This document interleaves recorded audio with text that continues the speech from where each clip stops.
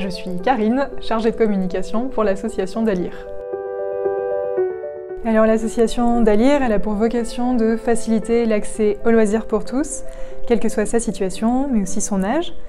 On accompagne des personnes en situation de handicap ou qui ont une maladie chronique ou en réinsertion sociale vers la pratique d'activités régulières de loisirs en milieu ordinaire. Donc ça peut aussi bien être des activités sportives, des activités culturelles, mais aussi du bénévolat et des centres de loisirs pour les enfants. Alors 2012, c'est l'année de naissance de l'association Dalir au Puy-en-Velay, en Auvergne. 3500, c'est le nombre de projets que l'association Dalir a accompagnés en Auvergne-Rhône-Alpes. Et enfin 25, c'est le nombre de professionnels qui œuvrent quotidiennement en faveur de l'accès aux loisirs pour tous au sein de l'association Dalir.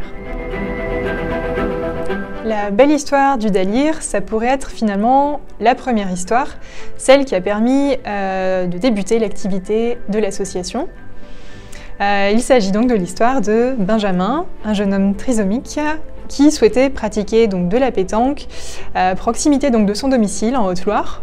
Le contexte et justement la géographie du territoire font qu'il n'y a pas toujours effectivement une offre adaptée à proximité de son domicile. Et c'est là finalement un petit peu qu'est né le projet de l'association, à savoir partir avant tout du besoin et des envies de la personne pour l'amener ensuite donc vers un club en milieu ordinaire qui corresponde donc aussi bien à ses envies, ses besoins que ses capacités. Et donc c'est comme ça que nous avons donc accompagné Benjamin vers un club de pétanque en milieu ordinaire à proximité de chez lui, où il a pu continuer de manière autonome à pratiquer donc ce sport qui n'est pas que du Sud, puisqu'il existe aussi en Haute-Loire. Aujourd'hui, grâce à ce premier accompagnement, pour vous donner quelques chiffres, en 2018, ce sont plus de 600 personnes qui ont commencé ou repris une activité de loisir en Auvergne. Alors c'est une super belle surprise que Sinegovo ait choisi le Dalir pour le projet Dreamer.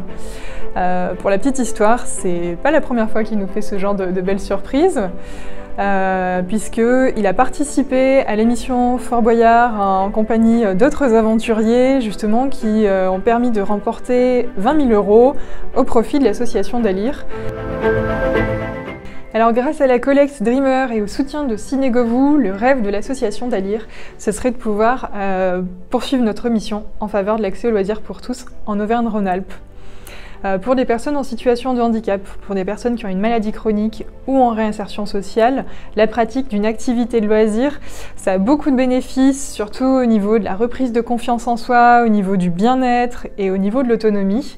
Donc l'objectif, ce serait vraiment de pouvoir poursuivre notre mission, surtout face à la demande croissante d'accompagnement auquel le Dalir fait face actuellement.